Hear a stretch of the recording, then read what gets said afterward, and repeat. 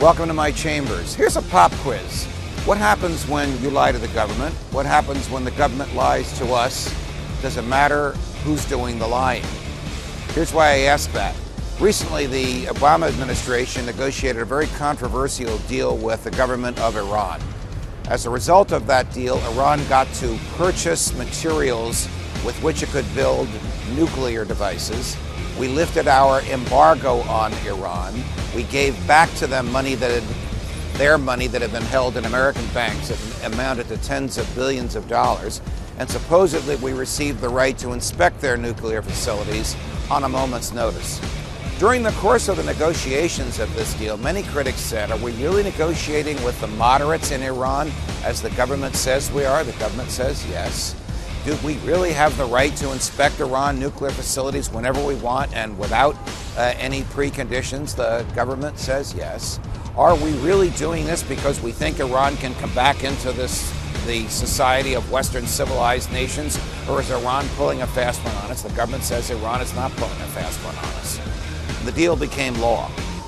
Then 2 weeks ago, Ben Rhodes, the president's chief advisor on this deal, gave an interview to the New York Times, during the course of which he said he lied to the Congress and he lied to the American people about the nature of the deal in order to lull members of Congress into a false sense of security so that they would not fear Iran and so that they would support the deal.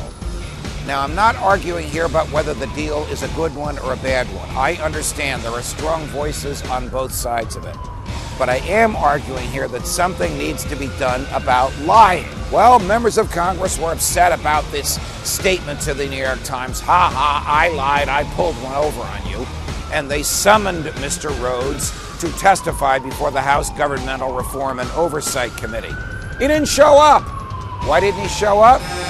Because they didn't subpoena him, they just invited him. Makes you wonder how serious he might be. But the reason he gave for not showing up is very interesting.